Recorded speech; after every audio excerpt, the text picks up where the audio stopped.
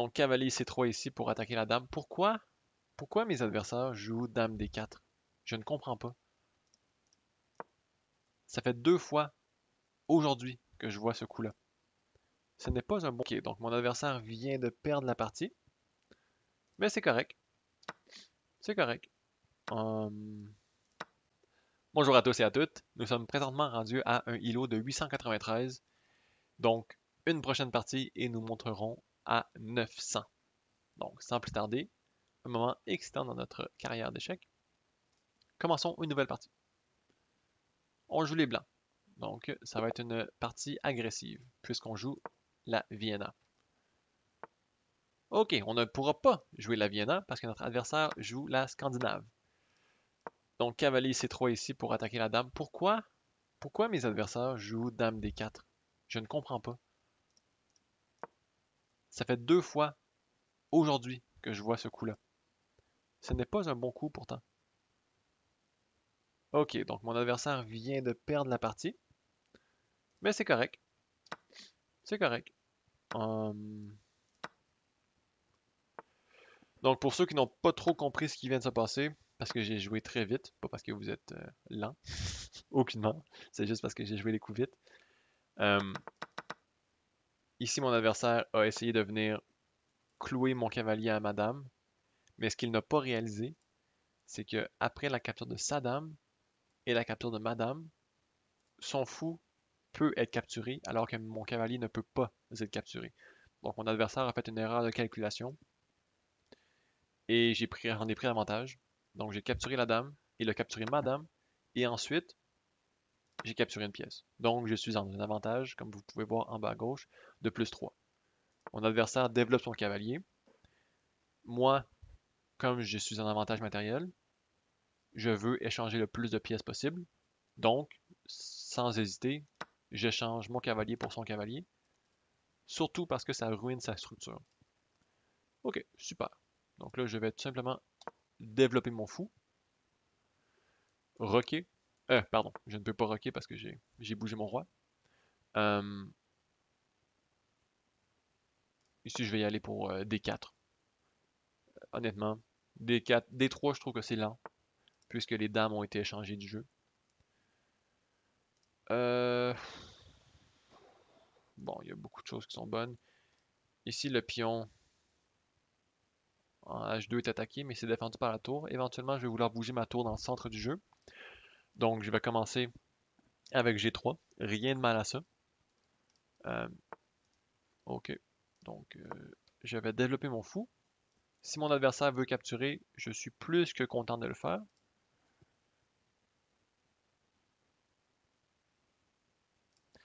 Sûrement que mon adversaire a vu exactement que la case ici était sans défense. Donc, je vais tout simplement apporter mon roi pour la défendre en m'assurant que tout est beau et je ne tombe pas dans un piège. Le problème, pour ceux qui se demandent, c'est que cavalier prend F2 est une fourchette et il aurait gagné l'échange. Ok, donc je vais tout simplement repousser son cavalier. Bouge, je veux pas te voir. Retourne sur ta case. Super. Ok, ensuite. Euh, Échanger les fous lui permet de fixer sa structure. Donc je vais tout simplement amener ma tour dans le centre. Garder ça très simple. Ok. Euh,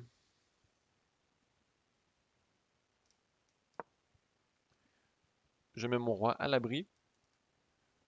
Active ma tour. Mon adversaire capture. Pas de problème avec ça. Ok. Je recule mon pion. Mon fou, pardon. Ou, en fait, non. Je vais pas le reculer, je vais le mettre ici. En D2. Je garde mon fou actif. Ok, ça c'est pas un pion important. Ça me dérange vraiment pas. Ok, tour D1, j'active ma tour.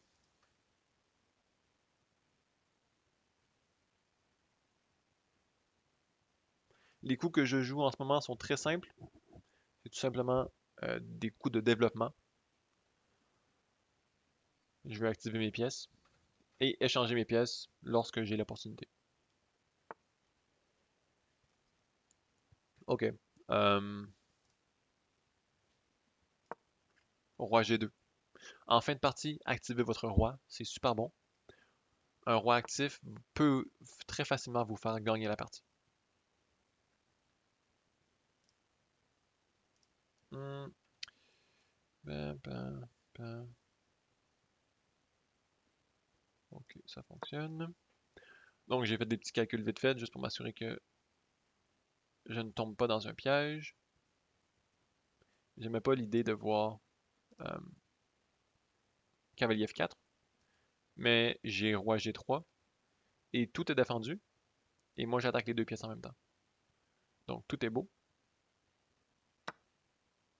Ok, donc ça c'est ce que j'aime voir. Exactement. Donc la possibilité de l'échec est encore là, mais comme j'ai dit, ça ne donne rien pour mon adversaire. Parce que j'ai vérifié qu'il n'avait pas de fourchette. C'est très important. Ok. Je vais tout simplement aller ici. Un F3. Je vais capturer le pion en C6 s'il me laisse la chance. Ou même meilleur, je vais apporter ma tour en D7.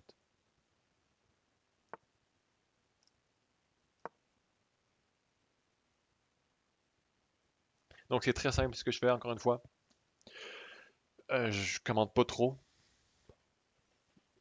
Parce que notre seul but, vraiment, est d'activer nos pièces le plus possible, gagner les pions et ensuite de promouvoir. Lorsqu'on peut échanger des pièces, on va échanger des pièces. Aussi simple que ça.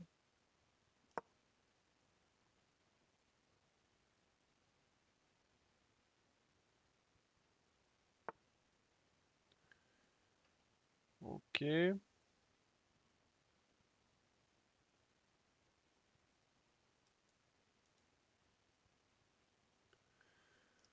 Ok, donc j'aime pas trop l'attrait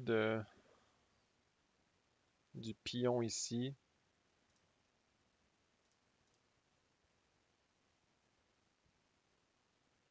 Mais je vois pas vraiment qu'est-ce que mon adversaire peut faire. Honnêtement, je pourrais sacrifier une pièce, mais je pense que c'est un petit peu trop.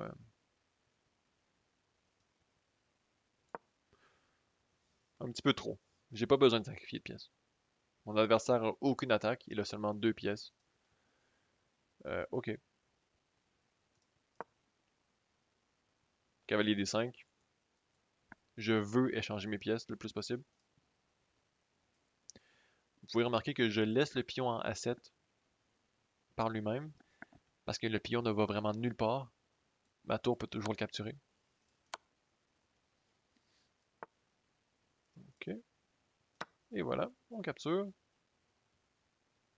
Et on peut commencer à pousser le pion. En fait, encore mieux.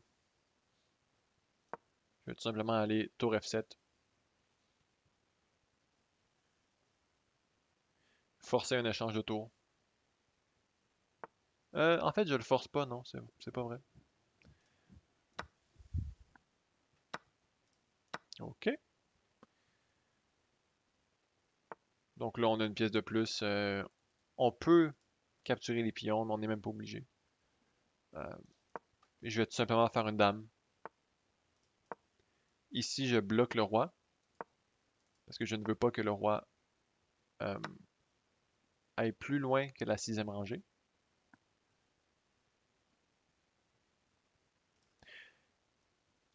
Une technique, pardon, pour calculer vite si le roi peut bloquer un pion de la promotion, ça s'appelle la technique du carré.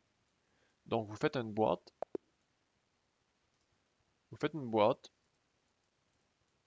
avec le pion et en diagonale. La diagonale de la boîte est une diagonale du pion jusqu'à la dernière rangée. Donc vous faites une boîte et si, peu importe le tour, le roi adverse est dans la boîte, le roi peut bloquer la promotion.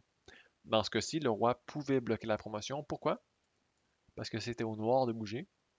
Et les noirs avaient le coup des 7 et ils entraient dans la boîte de promotion. Et voilà. On avait une façon de protéger notre promotion, mais c'est pas grave. Ok, donc la Scandinave. Dame des 4, ne jouez pas ça, s'il vous plaît. Je ne comprends pas du tout le point. Donc ici, on peut tout simplement développer notre cavalier F3 avec un tempo. Si vous ne savez pas trop quoi jouer, toujours regardez pour développer des pièces et des tempos. Si vous pouvez bouger une pièce, dans ce cas-ci développer, en attaquant une autre pièce de grande valeur, de plus grande valeur que la pièce que vous développez, c'est très bon parce que ça force votre adversaire à réagir à l'attaque. Dans ce cas-ci, mon adversaire n'a pas bien réagi. Donc, j'ai gagné une pièce. Et là, le restant était super simple. J'ai tout simplement développé mes pièces euh, en échangeant quand que je pouvais.